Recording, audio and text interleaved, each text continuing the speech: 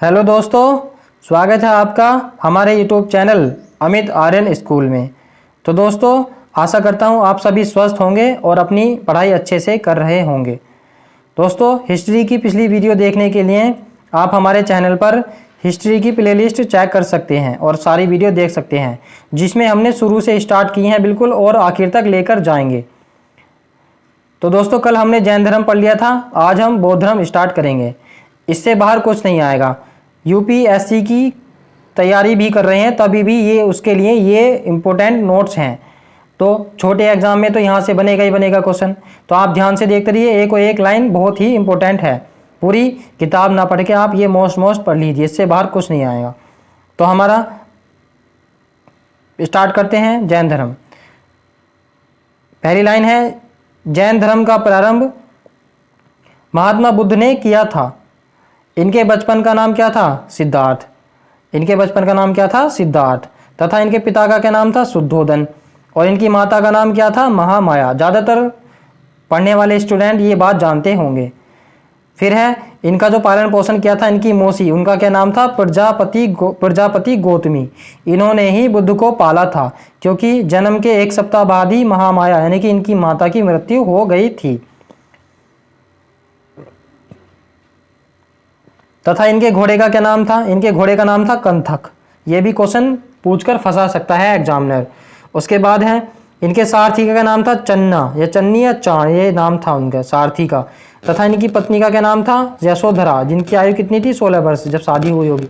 उसके बाद है, इनके बेटे का क्या नाम था? राहुल।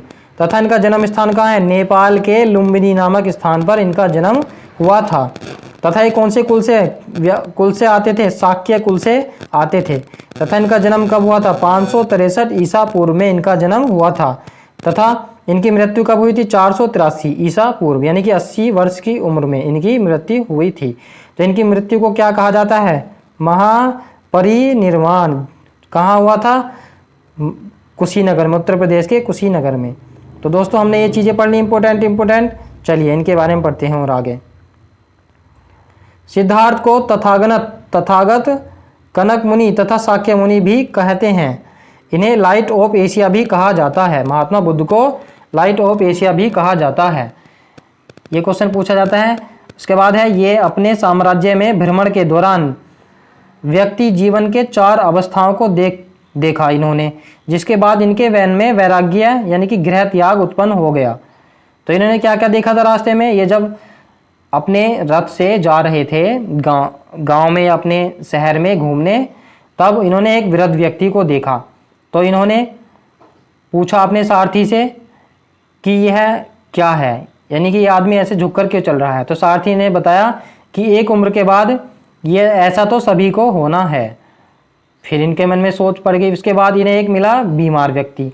तब उन्होंने अपने सारथी से पूछा कि ये तो संसार का नियम है, कोई बीमार कोई स्वस्थ, ये सब होता ही है।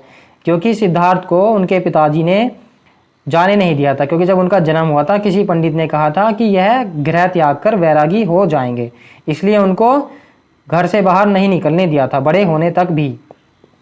उसके बाद उन्होंने शव देखा एक।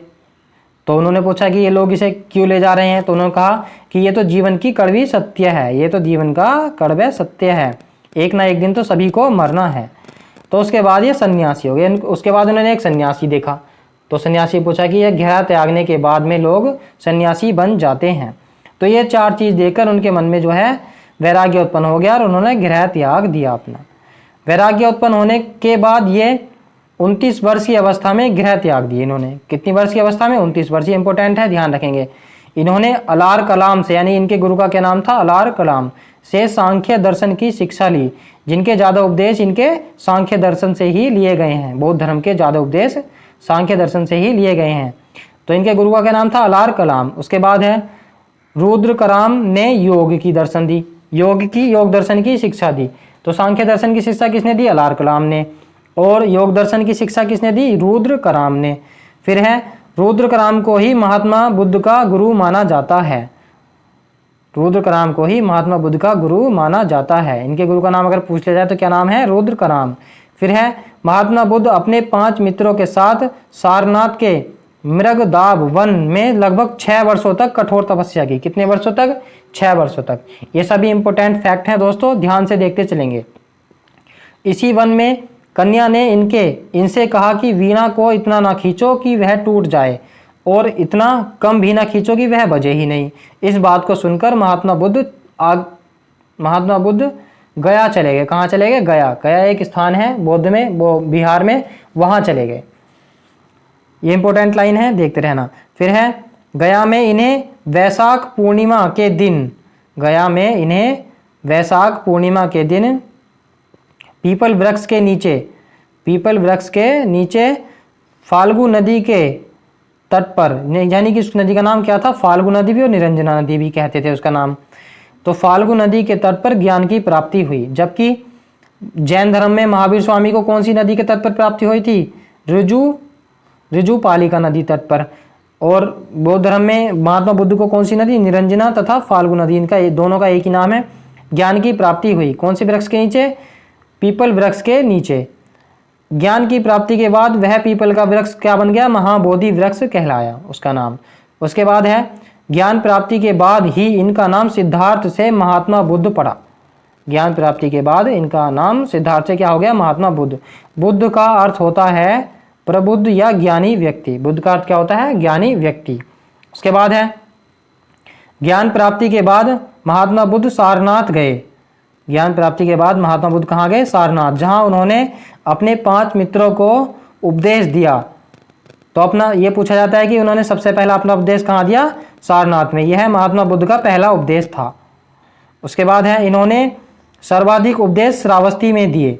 श्रावस्ती में दिया इन्होंने अपने श्रावस्ती में अंगुलीमाल नामक डाकू को शिक्षा दी। इनके सबसे प्रिय शिष्य आनंद और उपाली थे। इनके सबसे प्रिय शिष्य का नाम भी पूछा जा सकता है, क्या था? आनंद और उपाली। अंगुलीमाल ये जो डाकू था, ये लोगों को मारकर उनकी उंगली काटकर मालाएं गले में पहनता था, माला बनाकर। उसके बाद है आनंद के कहने पर ही महात्मा बुद्ध ने महिलाओं को बौद्ध संघ में प्रवेश की अनुमति दी थी और कहा कि अब बौद्ध धर्म ज़्यादा दिन तक नहीं चलेगा, क्योंकि जब तक इसमें इंसान आदमी थे तब तक यह अच्छे से चल रहा था। लेकिन जब औरतों का भी महिलाओं का भी प्रवेश हो गया तो इन्होंने कहा कि अब बौद्ध धर्म ज़्यादा दिन तक नहीं चलेगा। तो बौद्ध धर्म अपनाने वाली जो इनकी पहली महिला थी, वो पहली महिला इनकी मौसी थी। क्या नाम था उसका? प्रजापति गौतमी। और दूसरी कौन थी? दूसरी आम्रपाली थी। पहली कौन थी? पहली महिला। ये इंपॉर्टेंट क्वेश्चन है दोस्तों, ये क्वेश्चन पूछे जाते हैं। ऐसा समझो कि इन क्वेश्चनों को वन लाइनर के रूप में लिख दिया गया है। तो पहली महिला कौन थी? इनकी मौसी प्रजापति गौतमी। दूसरी कौन थी? आम्रपाली। फिर है बौद्ध धर्म अपनाने वाला पहला पुरुष कौन था? तपट्यू था तथा मल्ली था, 2 थे। कौन कौन से? एक तपट्यू और तथा मल्ली। फिर अब देखते हैं इनके कथन क्या हैं। बौद्ध धर्म ने 4 सत्य कथन कहे। कौन कौन से हैं देख लेते हैं। संसार दुखों से भरा है। संसार दुखों से भरा है, कोई भी संसार में सुखी नहीं है, किसी को भी किसी चीज़ का दुख हो सकता है। उसके बाद हर दुख का कोई ना कोई कारण होता है। फिर तीसरा नंबर है सभी दुखों का सबसे बड़ा कारण इच्छा होते हैं। यदि इच्छा ही इंसान त्याग देगा तो वह सबसे बड़ा अमीर इस दुनिया का संसार का हो जाएगा, धनी व्यक्ति। उसके बाद है इस इच्छा पर नियंत्रण पाया जा सकता है, यह भी उन्होंने कहा था। इच्छाओं पर नियंत्रण पाने के लिए इन्हें 8 मार्ग बताए, जिन्हें अष्टांगिक मार्ग कहते हैं। अष्टांगिक मार्ग का मुख्य जो है उद्देश्य व्यक्ति को रास्ते के बीच से चलना चाहिए। व्यक्ति को रास्ते के बीच के रास्ते से चलना चाहिए, ना कि सरल और ना ही कठिन। यानी कि इंसान अगर सोचेगा कि मुझे इजी रास्ता मिल जाए तब भी वह दिक्कत में आ जाएगा, और साथ कठिन में जाएगा तो आएगा परेशानी में। इन्होंने अपनी अनुयायियों को 10 ऐसी बातें करने को मना किया जिन्हें सील कहते हैं। सील की संख्या कितनी है? 10। महात्मा बुद्ध ने 3 दर्शन दिए। कितने? 3 दर्शन। कौन कौन से हैं पढ़ लेते हैं हम। एक तो है अनेश्वरवाद, एक शून्यवाद और एक क्षणिकवाद। तो अनेश्वरवाद में क्या है? अनेश्वरवाद ईश्वर का जिसमें कोई अस्तित्व नहीं होता, अर्थात ईश्वर का कोई अस्तित्व नहीं है। उस शून्यवाद में क्या है? कोई भी व्यक्ति सर्वोपरि नहीं है, ना ही वह सर्वसत्तामान है, जो जितना मेहनत करेगा वह उतना पाएगा। तीसरे नंबर में क्या है? संसार की सभी वस्तुएं कुछ ही समय के लिए हैं, इनका विनाश निश्चित है, अर्थात ये सभी वस्तुएं क्षणिक हैं। वस्तुओं से प्रेम तो बेकार ही है। उसके बाद है बौद्ध धर्म ने त्रिरत्न बुद्ध, धम्म और संघ, 3 होते हैं। कौन कौन से? बुद्ध, धम्म और संघ। महात्मा बुद्ध पावापुरी में चंदू नामक शिष्य द्वारा शुकर मांस यानी कि मशरूम भोजन में ग्रहण किए। मशरूम जो उन्होंने उसका भोजन किया। इसके बाद इनकी तबीयत बिगड़ने लगी और इन्हें डायरिया हो गया और उत्तर प्रदेश के मल्ल महाजनपद में स्थित कुशीनगर में इन्होंने अपने प्राण त्याग दिए। तो क्या खाया था इन्होंने? मशरूम का भोजन किया था। क्या नाम था उसका? शुकर मांस, इनका जो शिष्य था। उसके बाद है इनकी अस्थियों को 8 अलग अलग स्थान पर भेज दिया गया, जिन्हें अष्ट महास्थान कहा गया। तो इनकी मृत्यु को क्या कहा गया था? महापरिनिर्वाण कहा गया था इनकी मृत्यु को। उसके बाद है इनकी 4 बौद्ध संगीति हुई थी। तो इनकी 4 बौद्ध संगीति कौन कौन सी हैं, इन्हें हम पढ़ लेते हैं। पहली कब हुई थी? 483 BC में, यानी कि ईसा पूर्व, राजगीर में। उस समय राजा कौन थे? अजात शत्रु। तथा पुरोहित कौन थे? महाकश्यप। दूसरी कब हुई थी? 383 BC में। वह कहाँ हुई थी? वैशाली में। तो तब राजा कौन थे? कालाशोक। तथा तब अध्यक्ष कौन थे? यानी कि पुरोहित कौन थे? सबका मीर। फिर तीसरी बौद्ध संगीति कब हुई? 255 BC में, पाटलिपुत्र में। कब? अशोक के समय। तो तब पुरोहित कौन थे? मोगलीपुत्र तिस्स, जो इनके शिष्य थे, यह पुरोहित थे। उसके बाद चौथी कब हुई? कुंडल वन में। चौथी हुई कुंडल वन में, कनिष्क के समय। जब अध्यक्ष कौन थे? वसुमित्र। 172 शताब्दी में। सेकंड अशोक क्या कहते? कनिष्क को क्या कहते? द्वितीय अशोक कहा जाता था। अश्वघोष के समय पर। यह उपाध्यक्ष कौन थे? वसुमित्र। तथा अश्वघोष कौन थे? उपाध्यक्ष थे। फिर है 4वीं बौद्ध संगीति के बाद बौद्ध धर्म 2 भागों में बंट गया। कौन कौन से भागों में बंट गया चौथी बौद्ध संगीति के बाद? हीनयान तथा महायान, यह 2 संगीतियों में बौद्ध धर्म बंट गया। यह बौद्ध धर्म के उपदेशों में कोई भी परिवर्तन नहीं करते। हीनयान का मतलब क्या होता है? बौद्ध धर्म के उपदेशों में कोई भी परिवर्तन नहीं करते। महायान का क्या मतलब है?